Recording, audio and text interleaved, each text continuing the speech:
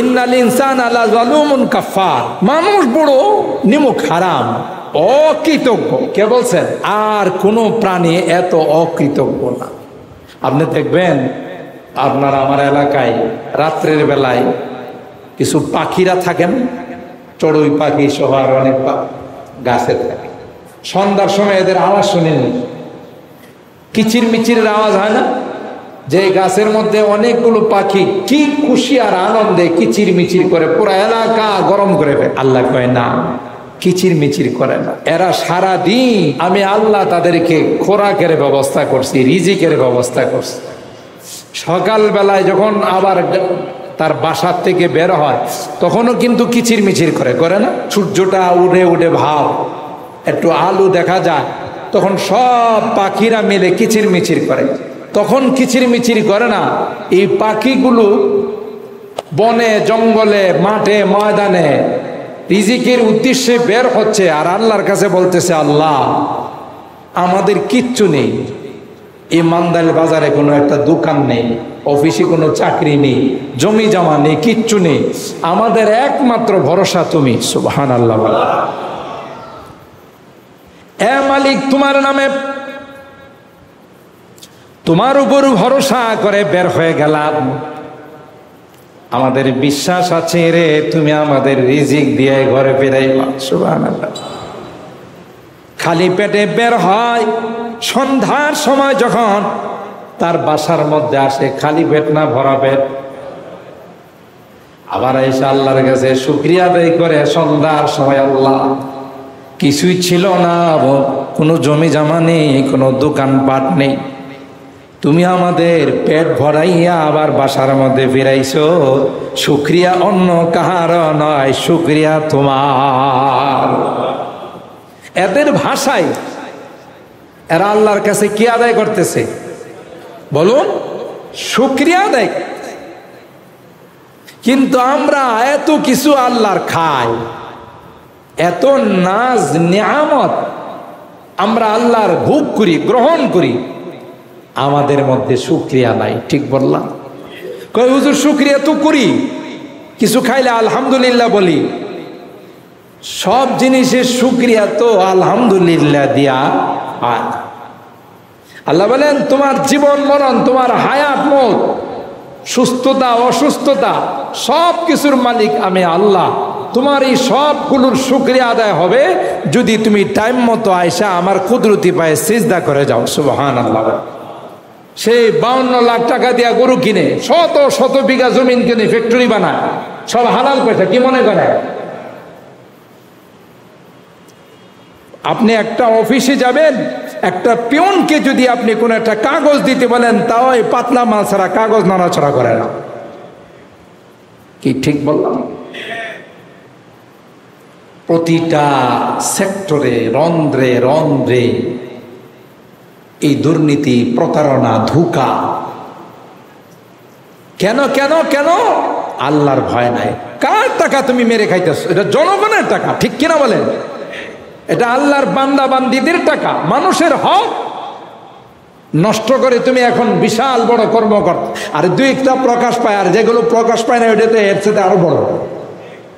কি ঠিক বললাম? এর চেয়ে আরো বড়। তাহলে কোথায় সমস্যাটা? কোথায় সমস্যাটা? একটা জায়গায়, আল্লাহর ভয় অন্তরে নাই। একদিন যে আমার মালিকের সামনে উপস্থিত হওয়া লাগবে, হাজিরা দেওয়া লাগবে, এই ভয় অন্তরে আছে? আল্লাহর ভয় অন্তরে নাই। না থাকার কারণেই প্রতিটা সেক্টরে দুর্নীতি হচ্ছে।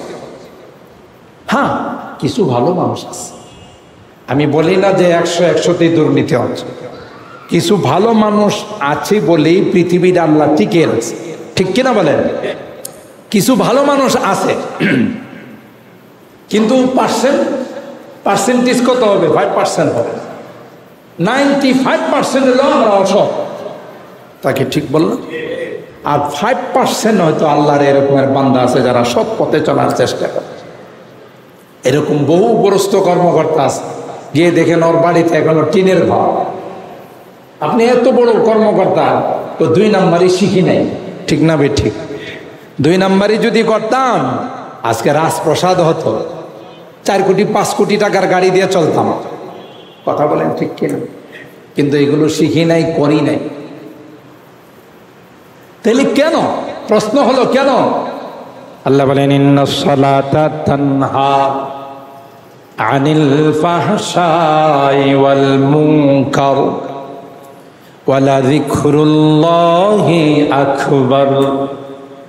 আল্লাহ বলেন নামাজ এমন একটি ইবাদত, নামাজ এমন একটি ইবাদত, যে নামাজ যদি কেউ ঠিক মতো আদায় করে, নামাজের হক আদায় করে যদি নামাজ পড়ে, আল্লাহ ডাক দিয়া কয় এক নামাজ যদি কায়েম হয়ে যায়, এক নামাজ যদি বাস্তবায়ন হয়ে যায়, কোনো দুর্নীতি থাকবে না, কোনো রকমের অশ্লীলতা থাকবে না, কোনো রকমের 2 নাম্বারই থাকবে না, কোনো রকমের প্রতারণা থাকবে না।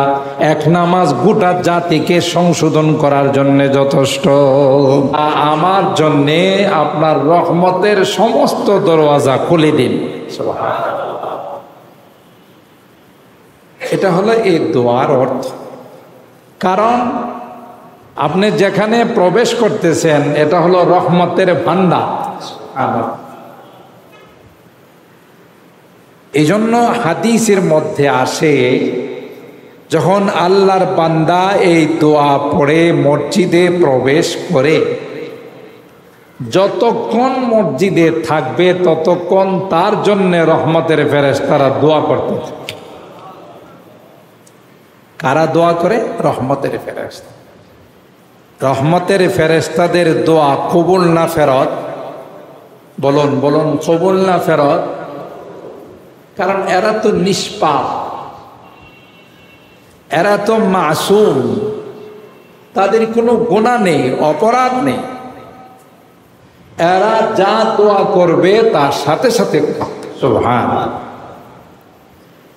2টা দোয়া করে। কয়টা দোয়া? রহমতের ফেরেশতারা মসজিদে যারা আসে তাদের জন্য কয়টা দোয়া করে? 1 নাম্বার দোয়া আল্লাহুম্মা গফির লাহু। যারা আল্লাহর ঘর মসজিদের মধ্যে প্রবেশ করে, ফেরেশতারা আল্লাহর কাছে কয় আল্লাহুম্মা গফির লাহু, আল্লাহ তোমার বান্দা তোমার ঘরের মেহমান হয়ে গেছে, তার জীবনের সকল গুনাহগুলো মাফ করে দাও। দেখছেন, এই দোয়াটা করে ফেরেশতা। 2 নাম্বার দোয়া হলো ফেরেশতারা আল্লাহর কাছে কয় আল্লাহুম্মা আরহামহু, এ মালিক তোমার ঘরে যেহেতু প্রবেশ করেছে, আসমান থেকে তার উপর রহমত বৃষ্টির মতো রহমত নাজেল করে দাও। এই 2টা দোয়া পৃথিবীর কোনো অফিসে গেলে, কোনো রাজমহলে গেলে, কোনো রাজপ্রাসাদে গেলে ফেরেশতারা পড়ে না। আপনি প্রাইম মিনিস্টারের অফিসে গেলেন, গণভবনে গেলেন, কোথাও এই দোয়া আপনি পাবেন না। যে দোয়াটা মসজিদে প্রবেশ করলে ফেরেশতারা করে, সুবহানাল্লাহ বলে। তাহলে পৃথিবীর মধ্যে সবচাইতে দামি জায়গা হলো মসজিদ। আর আমরা সেই দামি জায়গাতেই কোরআন সুন্নাহর আলোকে কিছু কথা শোনার জন্য ইসলাহের নিয়তে, ইসলাহ শব্দটা আরবি, অর্থাৎ আমার জীবনের মধ্যে যেন চেঞ্জিং চলে আসে, আমার জীবনের মধ্যে যেন পরিবর্তন চলে আসে, এই নিয়তে এখানে বসা, কিছু মোজাকারা করা, কিছু আলোচনা শোনা, যে আমি আমার জীবনের মধ্যে পরিবর্তন ঘটাবো। ঠিক কিনা বলেন? এটা হলো এই প্রোগ্রামের মূল উদ্দেশ্য, আসল কারণ। তাই আমি আপনাদের খিদমতে এই ইসলাহের নিয়তে কিছু কথা বলার উদ্দেশ্যে 2খানা আয়াত তেলাওয়াত করছি, 1খানা হাদিস পাঠ করছি। সূরা আদ-দারিয়াতের মধ্যে আল্লাহ তাআলা বলেন, মানব আর দানবকে আমি আল্লাহ সৃষ্টি করেছি একমাত্র, কেবলমাত্র, শুধুমাত্র আমার ইবাদত করার জন্য। সুবহানাল্লাহ। কার ইবাদত? জোরে বলুন, কার ইবাদত? আল্লাহ। মাবুদ ইবাদত তো পাবে তিনি, যিনি আমার সব কিছুর দায়িত্ব নিয়েছে, আমাকে বানাইছেন, আমার খোরাকের ব্যবস্থা করেছেন, আমার হায়াত মতের মালিক, জিন্দেগির মালিক, সুখ দুঃখের মালিক কে? আল্লাহ। তেলে ইবাদত পাবেন সেই আল্লাহ, উপাসনা পাবেন সেই আল্লাহ। অন্য কাহারও সামনে আমার এই কপাল নত করতে পারবো? আর যদি অন্য কারো সামনে এই মাথা নত করি, ঈমান থাকবে? আজকে আমাদের কত মানুষকে বিভিন্ন ভাবে ধোঁকা দিয়ে নামাজ থেকে, মসজিদ থেকে, ইবাদত বন্দেগী থেকে মাহরুম করতেছে শয়তান। কেউ পীরের দরবারে যায় সিজদা দেয়, কেউ গাছরে সিজদা দেয়, কেউ কোনো জায়গাকে সিজদা দেয়, কেউ সূর্যের, কেউ চন্দ্রের। বিভিন্ন ভাবে মানুষ লাইনচ্যুত হচ্ছে, বেঈমান হচ্ছে, মুশরিক হচ্ছে, ঠিক কিনা বলে? আমরা তো জাতে বাঙালি, বাঙালি শর্টকাট খুব পছন্দ করে। এই জন্য আমাদেরকে ধোঁকা দিচ্ছে কোনো ভণ্ডরা এসে, যে আমার কাছে যদি তুমি বাইয়াত হও, আমার কাছে যদি তুমি মরিদ হও, নামাজ রোজা সরাসরি কিচ্ছু লাগবে না, আমি তোমাকে এমনি জান্নাতে নিয়ে যাব। এরকমের ধোঁকা আছে না নাই? তো বাঙালি মনে করে নামাজ রোজা হজ যাকাত কিছু না করে যদি সোজা জান্নাতে যাওয়া যায়, পীরের দরবারে হাজিরা দিয়ে, এটাই তো সহজ। আপনি সহজ পথে রাত্রের আধারে যদি গন্তব্যে যাওয়ার চেষ্টা করেন, তাহলে আপনার জন্য বিপদ আছে। ধরে নিন আপনি চট্টগ্রাম থেকে আসছেন, সায়দাবাদ বাস টার্মিনালে আপনাকে নামাইছে, রাত বাজে তখন 2টা। দেখবেন কিছু অসাধু সিএনজি চালক আছে, কিছু, সব না, এরা রাত্রে সজাগ থাকি অসৎ উদ্দেশ্য। তো এই সিএনজি চালক আপনাকে আয়সা বললো, স্যার কোথায় যাবেন? যে মান্দাইল ঘাট যাব, মান্দাইল বাজারে যাব, জিঞ্জিরা যাব। আসেন স্যার। তো মেন রোডে তো অনেক জ্যাম লেগে রয়েছে, ট্রাক টুক ঢুকে, আমি চিপা রাস্তা দিয়ে আপনাকে শর্টকাটে বসিয়ে দিব। আপনিও যদি সরল মনে তাকে বিশ্বাস করেন, সে দেখা যাবে একটা গলি পথে ছোট রাস্তায় আপনাকে ঢুকাই দেয়া, কিছু দূর যাওয়ার পর বলবে যে স্যার যা আছে দিয়ে দেন, যা আছে সব দিয়ে দেন। কেন রে ভাই? ওই শর্টকাট রাস্তায় যাইতে হলে কিছু দিতে হয়, শর্টকাট রাস্তায় চলতে হলে কিছু দিতে হয়। আপনি যদি মেন রোড দিয়ে আসতেন, হাজার হাজার গাড়ি, আমার সাহস হতো না আপনাকে কিছু বলার। এখানে কেউ নাই, খালি পথ, এই জন্য ডাকাতি করে সব নিয়ে আসা। সমস্যাটা কোথায় হয়েছে? আপনি শর্টকাটে গন্তব্য পৌঁছতে চাইছেন, একটু যদি আপনি মেইন রুট দিয়ে আসতেন তাহলে এই ঝামেলাটা হতো না। আমার কথা বুঝতেছেন?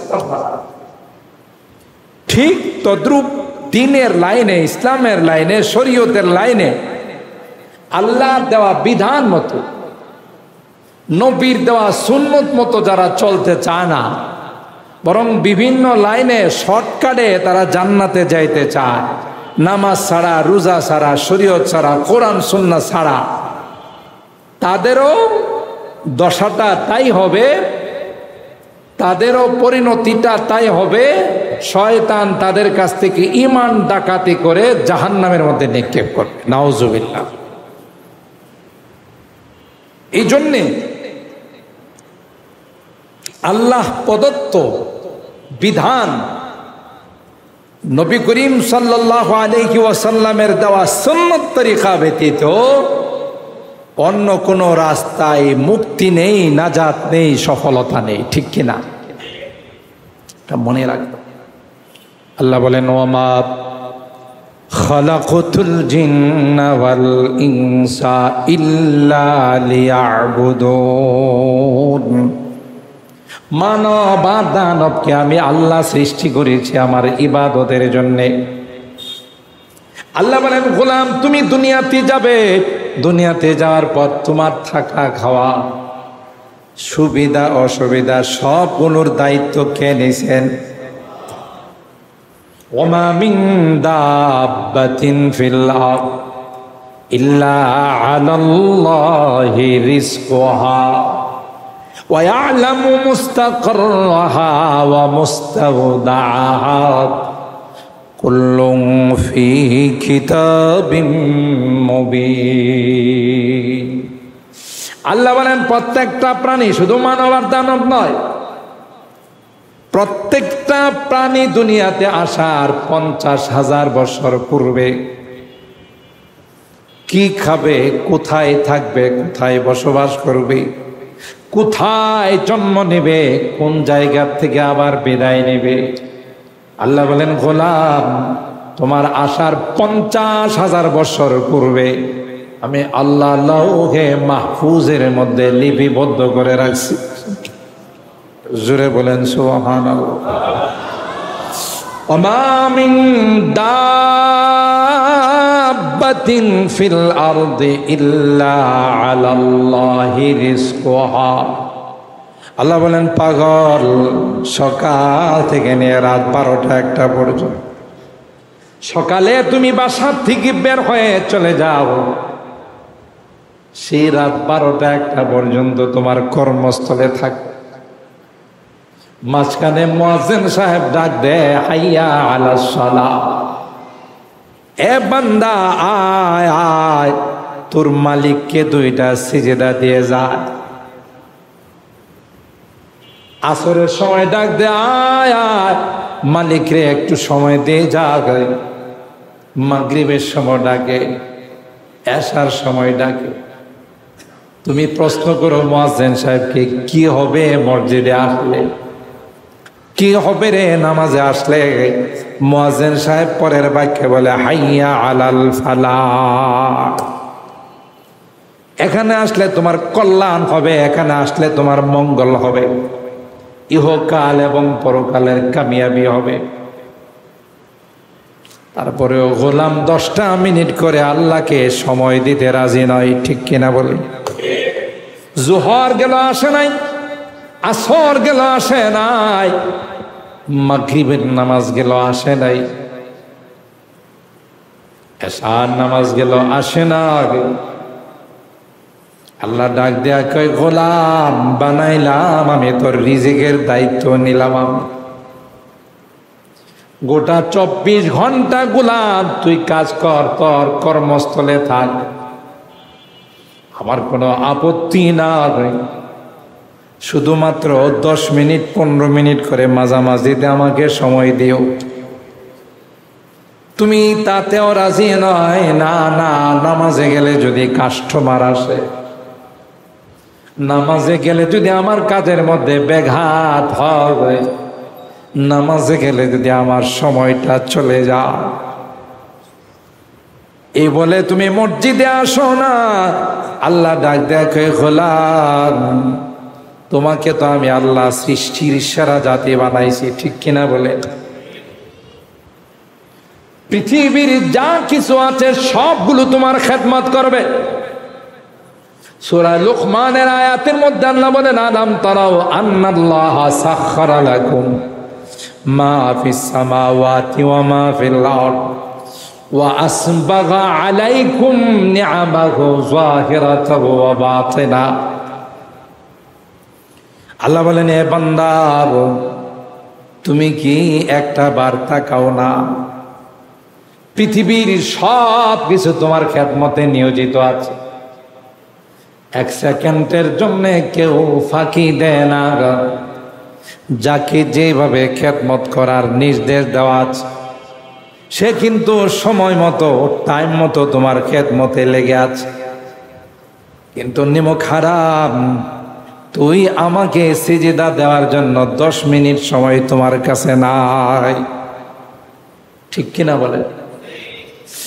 আল্লাহ বলেন সকাল যখন হয়ে যায় সূর্যটা পূর্ব দিক থেকে উদিত হইয়া সূর্যটা তোমাকে আলো দিতে থাকে, ঠিক না বেটি? বিরতিহীন ভাবে সূর্যটা সন্ধ্যা পর্যন্ত তোমার খেদমত করে। সন্ধ্যার সময় সূর্যটা অস্ত যায়, সূর্যটা ডুবে যায় আর বলে গোলাম রে আমি তোর খেদমতে ছিলাম, এখন আমার মালিকের কুদরতি পায়ে সিজদায় পড়ে যাব আর মালিকের কাছে অনুমতি প্রার্থনা করব, ইজাজত চাইব। আল্লাহ তুমি যদি বলো রে আগামীকাল সকালে আবার আমি খেদমতে যাব, আর তুমি না বললে আসছি আর খেদমতে যাব না। কোনদিন সূর্য অবরোধ করে নাই, ধর্মঘট ডাকে নাই, বেতন বৃদ্ধির জন্য আন্দোলন করে নাই। যেদিন থেকে আসমান আর জমিন আল্লাহ বানাইছেন সেদিন থেকেই সূর্য আমার আপনার খেদমতে নিয়োজিত আছে, ঠিক কিনা বলেন? সূর্য যাওয়ার সময় চন্দ্রকে বলে যায় এ ভাই চন্দ্র চলে গেলাম, তুমি রাত্রের বেলায় আল্লাহর বান্দাদের খেদমত কইরো। সুবহানাল্লাহ। বৈজ্ঞানিকরা বলেন দিনের বেলায় যদি সূর্যের আলো ফল ফসলের মধ্যে না লাগে এটা কোনোদিন বড় হবে না। যে গাছ যে ফসল ছায়ার মধ্যে থাকে এটা কোনোদিন বড় হয় না। কেন? সূর্যের আলো তার মধ্যে লাগে না। সারাদিন সূর্য তাকে আলো দিয়া রাত্রির বেলায় চন্দ্রকে বলে যায় তুমি এবার তোমার খেদমত করো। চন্দ্র সন্ধ্যা থেকে নিয়ে ভোর পর্যন্ত আমার আপনার খেদমত করে, কারণ চন্দ্রের আলো চন্দ্রের কিরণ যদি ফল ফসলের মধ্যে না লাগে তার মধ্যে স্বাদ আসবে না, কালার আসবে না, যার যে মিষ্টি সেটা তার মধ্যে আসবে না। সুবহানাল্লাহ। এক গোলাপ 24 আওয়ার 24 ঘন্টা তুমি শ্বাস নাও আর ফেলো, অক্সিজেন গ্রহণ করো আর অক্সিজেন বের করো। আমি কোনোদিন তোমার কাছে বলি না আমার অক্সিজেনের বিল আসছে 1 লাখ টাকা। কে বলেন চাইছে? আল্লাহ আমাদের কাছে বিল চায়। অথচ তোমাকে যদি লাইফ সাপোর্টে আইসিইউতে সিসিইউতে যদি তোমাকে এসডিইউতে যদি রাখা হয়, স্কয়ার যদি হয়, ইউনাইটেড যদি হয়, অ্যাপোলো যদি হয়, পপুলার যদি হয়, নামি দামি ল্যাবের যদি হয়, নামি দামি হাসপাতালে যদি রাখা হয়, 5 দিন যাওয়ার পর তোমাকে বিল ধরাই দেবে 8 লক্ষ 10 লক্ষ টাকা, ঠিক কিনা বলেন? আপনি যদি প্রশ্ন করেন এত টাকা বিল কেন আসলো, তখন জবাব দিবে আপনি যে আইসিইউতে ছিলেন, লাইফ সাপোর্টে ছিলেন, যে মেশিনটা দিয়ে আপনাকে শ্বাস প্রশ্বাস অক্সিজেন সরবরাহ করা হয়েছে, এটা বড় দামি মেশিন, তাই আপনার 1 সপ্তাহ অক্সিজেন গ্রহণ করার বাইর করার বিল হলো 8 লক্ষ টাকা। আল্লাহ যদি আমাদের ডাক দেখে গোলাম 1 সপ্তাহে তুমি 8 লক্ষ টাকা অক্সিজেন গ্রহণ করার বিল দিলা, আমি তো তোমাকে 1 সপ্তাহ নয় 2 সপ্তাহ নয় 1 মাস নয় 2 মাস নয় গোটা জিন্দিগি তোমাকে আমি অক্সিজেন দিলাম, আমি তো কোনোদিন তোমার কাছে কোনো বিল চাই না, ঠিক কিনা বলে? আমরা তো এগুলো নিয়ে চিন্তা করি না।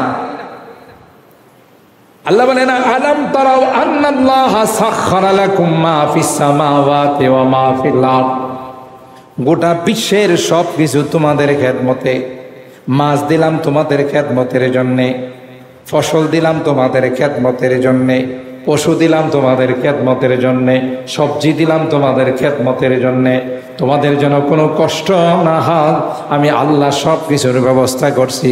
আর তোমাদের কাছে আমি কিছু চাই নাই, আমি শুধু বললাম 5 ওয়াক্ত নামাজে আইসা আমাকে 10-15 মিনিট সময় দিও, তাইলে তোমার সব দুনিয়ার কাজ ইবাদতে গণ্য হয়ে যাবে।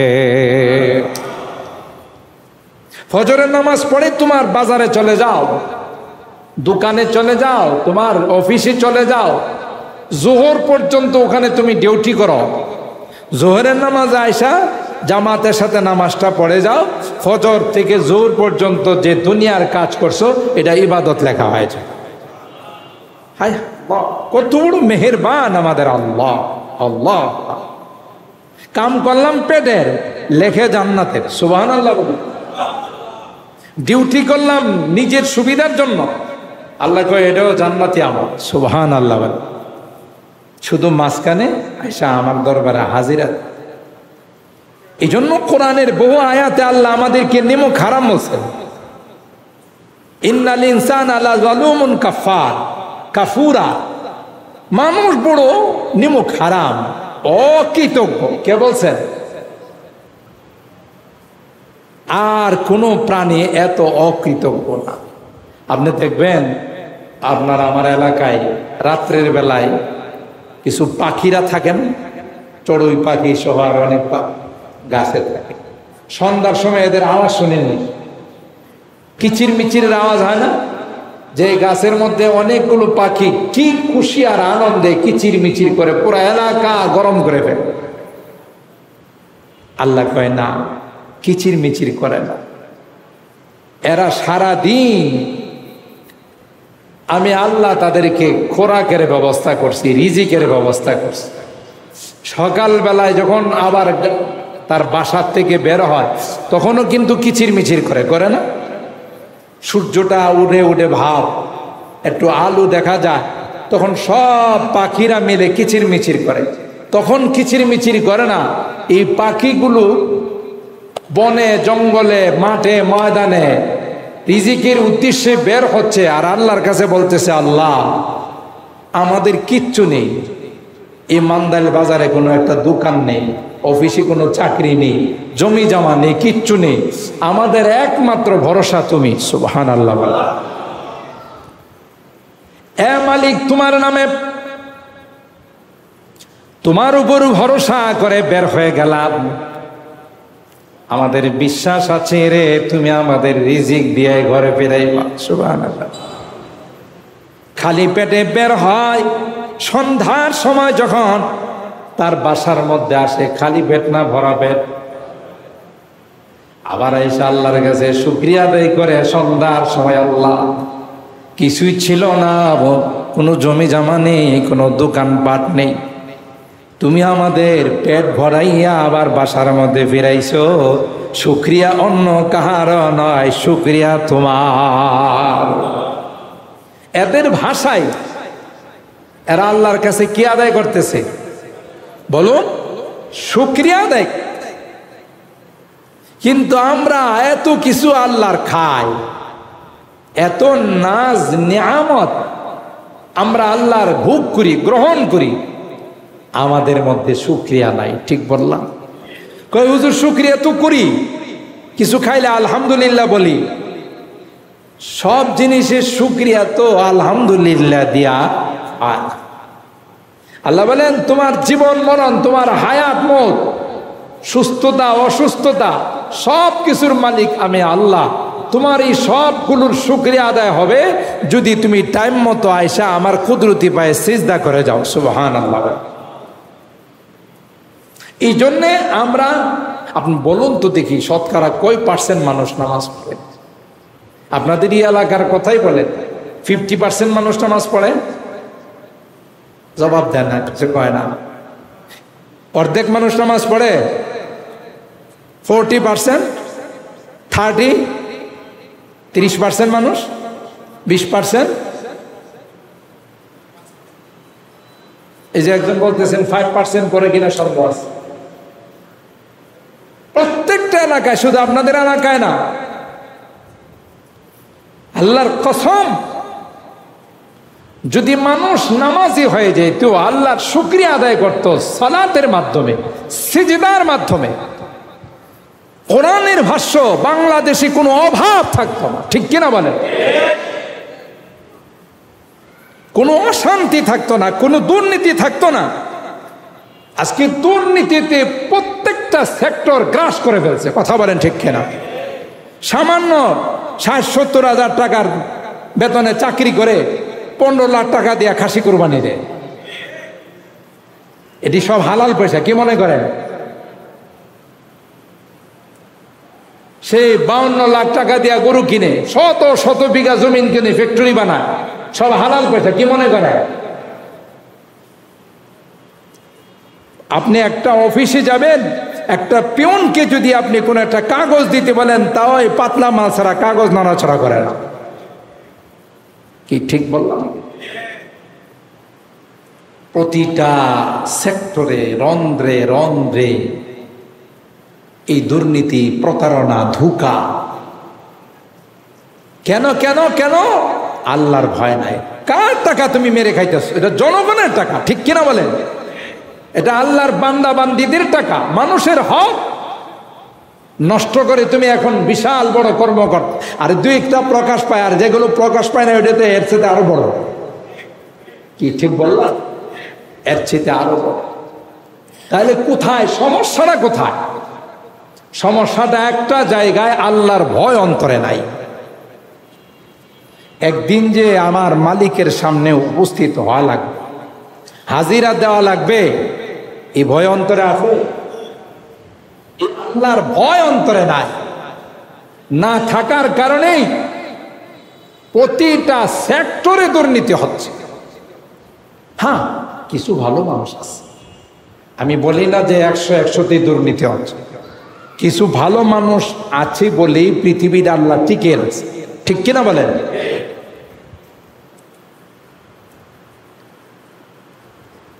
কিছু ভালো মানুষ আছে, কিন্তু পার্সেন্টেজ কত হবে? 5% হবে।